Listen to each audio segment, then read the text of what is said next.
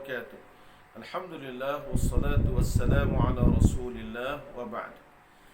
Para pendengar dikasihi sekalian, sempena dengan bulan Ramadan yang mulia ini, bersama-sama kita menghayati akan kelebihan kitab suci Al-Quran dan juga pembaca-pembaca Al-Quran. Allah Subhanahu wa taala berfirman dalam Al-Quran. Kelebihan yang pertama ialah ahli Al-Quran mengharapkan keuntungan yang tidak akan rugi. Ahli Al-Quran tidak akan memperolehi kerugian. Allah Subhanahu wa taala menyaksikan akan bacaan Al-Quran mereka itu bahawa mereka tidak akan rugi. Qauluhu ta'ala fi surati Fatir, innal ladzina yatluna kitaballahi wa aqamus salata wa anfaqu mimma razaqnahum sirran wa alaniyah yarjuna tijaratan lan tabur liyuwaffiyahum ujurahum wa yazidahum min fadlih innahu ghafurun syakur. Bahawa sesungguhnya Allah Subhanahu wa taala berfirman, orang-orang yang sentiasa membaca kitab Allah, mendirikan sembahyang, memberikan sedekah secara rahsia dan terang-terangan, inilah golongan yang mengharapkan perniagaan yang tidak akan rugi buat selama-lamanya.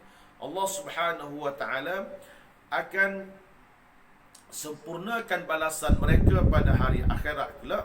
Allah akan menambahkan kelebihan kepada mereka kerana Allah Subhanahu wa taala itu Tuhan yang Maha Pengampun, lagi Tuhan yang Maha banyak berterima kasih. Sahabatku sekalian, jadi pertama, kalau kita baca Quran, kita tidak akan rugi buat selama-lamanya.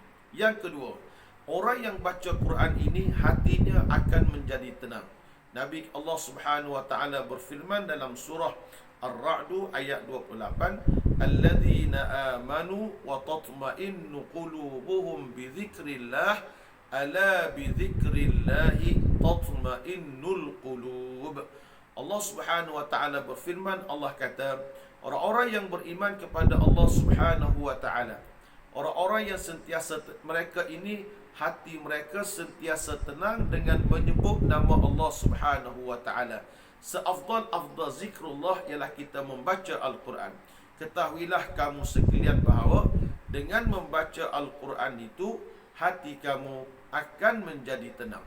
Dengan banyak berzikir kepada Allah Azza wa Jalla, hati kamu akan menjadi tenang.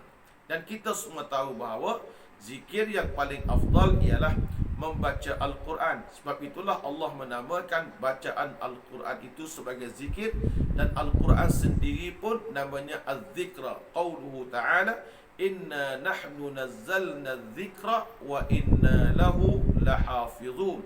Dan kamilah yang menurunkan Az-Zikra, yakni Al-Quran, wa inna lahu lahafizun, dan kami jamin bahawa kami akan memelihara Al-Quran sampai hari kiamat. Dan kelebihan yang ketiga kita baca Quran ialah di saat kita membaca Al-Quran, para malaikat hadir untuk mendengar kepada bacaan kita. Disebutkan pada hadis riwayat sahih dalam kitab Sahih Imam Muslim, hadis riwayat Imam Muslim menyebutkan satu hadis bahawa ada seorang bernama Usaid bin Hudair. Di saat dia berada dekat dengan kandang kudanya, dia membaca Al-Quran. Tiba-tiba kawan-kawan, dia baca Al-Quran di tempat dia. Kemudian di tepi itu ada kandang kuda. Tiba-tiba kuda dia ni bergerak. Kuda dia bergerak macam akak kaki begitu.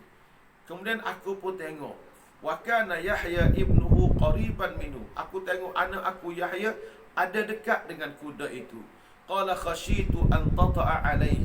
Aku tengok, aku bimbang, takut-takut kuda ini terpijak akan anakku. Wara'aitu mithla dhullah. Aku tengok seperti ada satu bayangan yang besar yang menutupi sehingga kepada langit yang tinggi, udara yang tinggi. Faqala Rasulullah sallallahu alaihi wasallam, dicerita pada Nabi kita kata, tilkal malaikatu tastami'u lak. Itulah malaikat turun sehingga kuda kamu tak diam tadi. Itulah malaikat turun mendengar kepada bacaan kamu. Walau qara'ta la asbahta yarahan nas ma tastatiru minhum. Kalau kamu baca Al-Quran sampai ke waktu pagi, orang ramai akan melihat kepada kejadian ini, sebab dia tidak akan sembunyikan daripada mereka itu. Disebutkan bahawa di sini kawan-kawan sekalian, hadis Nabi kata tilkal malaikatu nazalat liqiraatil Quran. Ada hadis menyebut bahawa itulah malaikat turun untuk membaca Al-Quran. Ama innaka law madaita la ra'aital ajaib.